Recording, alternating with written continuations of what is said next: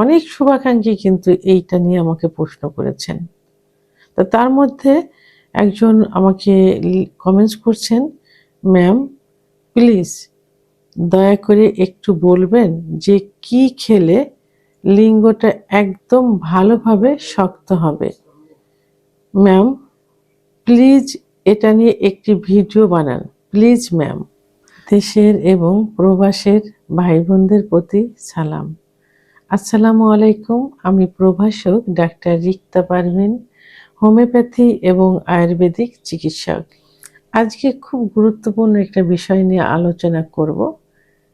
যে কমেন্টসটা কিছুদিন হলো খুব বেশি আসছে, খুবই বেশি, শুধু ফোনের মাধ্যমে না, অনেকে সরাসরি চেম্বারে এসেও বলে, অর্থাৎ বিষয়টি নিয়ে বারবার আমাকে রিকোয়েস্ট করছেন একটা ভিডিও তৈরি করার জন্য।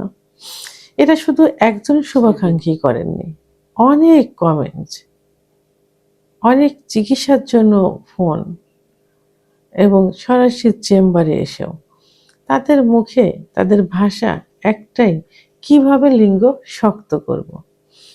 বিষয়টা এমন মনে হয় যে লিঙ্গটা ইচ্ছা করে হয়তো নরম হয়ে গেছে, অথবা কেউ নরম করে দিছে, যে সেটা এখন শক্ত করে দিতে হবে।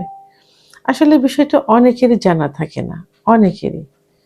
তো এই জন্য হয়তো এইভাবে কমেন্টসটা করে। তা আমি ভাবলাম যে এটা এমনভাবে তাদেরকে বুঝিয়ে দেওয়া হবে, অন্তত যারা ভিডিওটা দেখবেন তারা বুঝতে পারবেন যে লিঙ্গ এমনিতেই নরম হয় না। নরম হওয়ার পিছনে বিভিন্ন কারণ রয়েছে। যেমন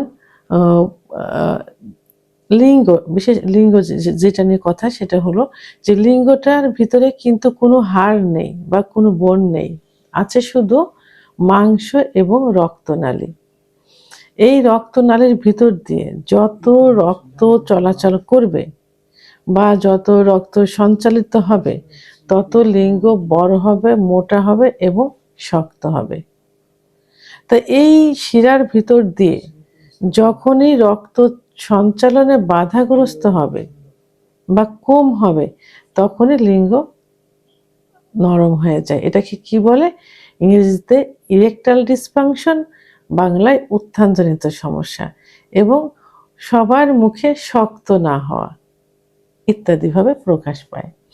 তো এখন লিঙ্গ শক্ত না হওয়ার পিছনে প্রধান যে কারণটা থাকে, সেই কারণটা হলো, মানে সবাই যেটা মনে করে, সবার একটাই ধারণা যে হস্তমৈথুন করার কারণে লিঙ্গ নরম হয়ে গেছে।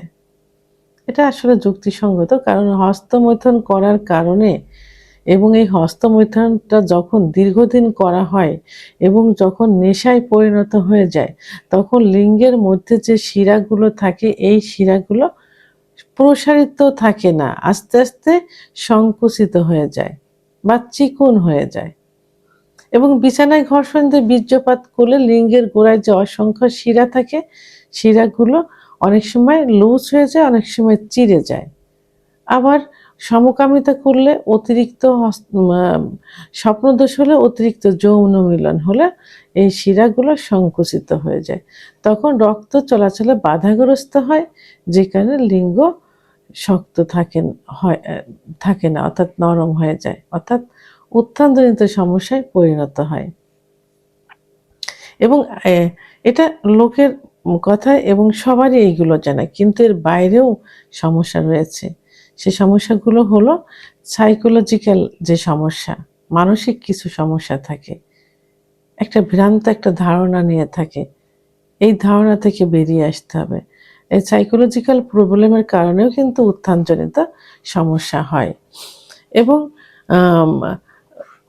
অনেকে যে স্ট্রোক করে বেডে থাকে, অনেকে স্ট্রোক সেরে যায়। তো এই স্ট্রোকের কারণে বা কোমরে যদি কোনো সমস্যা থাকে, তাহলেও কিন্তু লিঙ্গ শক্ত হয় না বা উত্থানজনিত সমস্যায় পরিণত হয়, অর্থাৎ ইরেকটাল ডিসফাংশন। তা আমি বারবার শক্ত না হওয়া বলছি এই কারণেই যে সবার মুখের ভাষা একটাই, সে শক্ত কেন হয় না। আবার অনেকের সময় দেখা যায় যে নিউরোলজিক্যাল কিছু প্রবলেম থাকে, সেই কারণেও কিন্তু উত্থানজনিত সমস্যা হয়ে যায়। আবার আন্ডারস্ট্যান্ডিং এর অভাব থাকে, অর্থাৎ স্বামী স্ত্রী পার্টনারের মাঝে অনেক সময় ভালোবাসার সম্পর্কটা খুব কমে যায়, আন্ডারস্ট্যান্ডিং সঠিকভাবে হয় না। ভালোবাসার বহিঃপ্রকাশ কিন্তু যৌন মিলন। সেই ভালোবাসাটা যখন ক্ষীণ হয়ে যায় এবং মজবুত থাকে না, তখন কিন্তু যৌন মিলনে সুখ আসে না, ইচ্ছা হয় না। ইচ্ছা যদি না হয় তাহলে উত্থান কি করে হবে?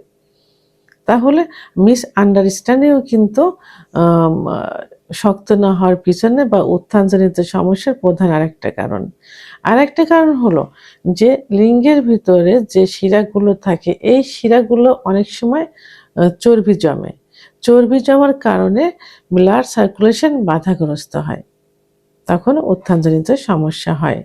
আরেকটা হলো যে পর্যাপ্ত পরিমাণে স্নায়ু উত্তেজনা যদি না হয়, পর্যাপ্ত পরিমাণে স্নায়বিক উত্তেজনা যদি না আসে, ইচ্ছা যদি না হয়, তাহলে লিঙ্গ শক্ত হবে কি করে? কোনো রকম ইচ্ছা হলে তো আর প্রবল আকারে শক্ত হবে না। তাহলে স্নায়বিক উত্তেজনা আ জন্য চিকিৎসার প্রয়োজন। তো এখন যে কারণগুলো বললাম, এই কারণগুলোর জন্য কি করতে হবে? অবশ্যই একজন অভিজ্ঞ সম্পন্ন ডাক্তারের শরণাপন্ন হতে হবে।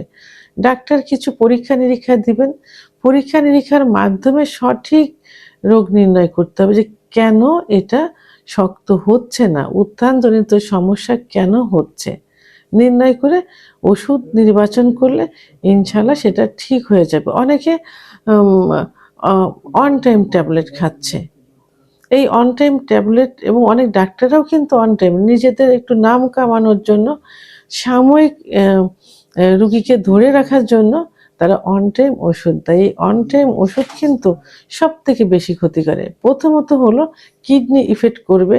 দ্বিতীয়ত হলো একটা সময় অন টাইমে কাজ করবে না। তৃতীয়ত একটা সময় কোনো চিকিৎসাতেও কাজ হবে না। সেহেতু এমন একজন ডাক্তারের কাছে যেতে হবে, একজন অভিজ্ঞ সম্পন্ন রেজিস্টারকৃত ডাক্তারের কাছে যেতে হবে।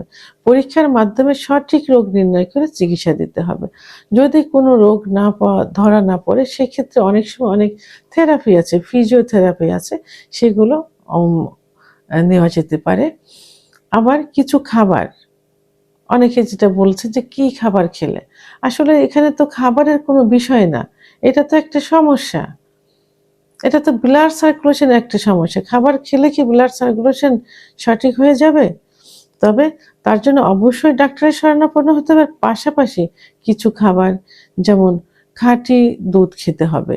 অনেক সময় দুধের মাখন খাওয়া যেতে পারে এবং আম বীজ জাতীয় যে খাবারগুলো আছে, সেই বীজ জাতীয় খাবারগুলো যেমন কুমড়ার বীজ, এগুলো খেতে হবে।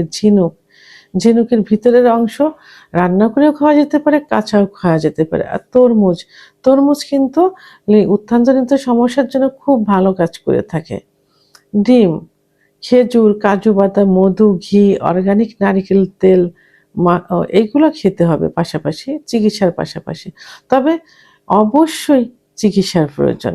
চিকিৎসার বিকল্প কিছুই হতে পারে না। এরপর খাবারটা তো আসলে এটা নিত্যদিনের একটা রুটিন করে নেওয়া উচিত। খাবার খেলে শরীর, মন, এই ন্যাচারাল যে খাবারগুলো, শুধু সেক্সুয়াল না, সব ক্ষেত্রেই কিন্তু ভালো থাকা যায়। এজন্য খাবারের প্রাধান্যটা বেশি দিতে হবে।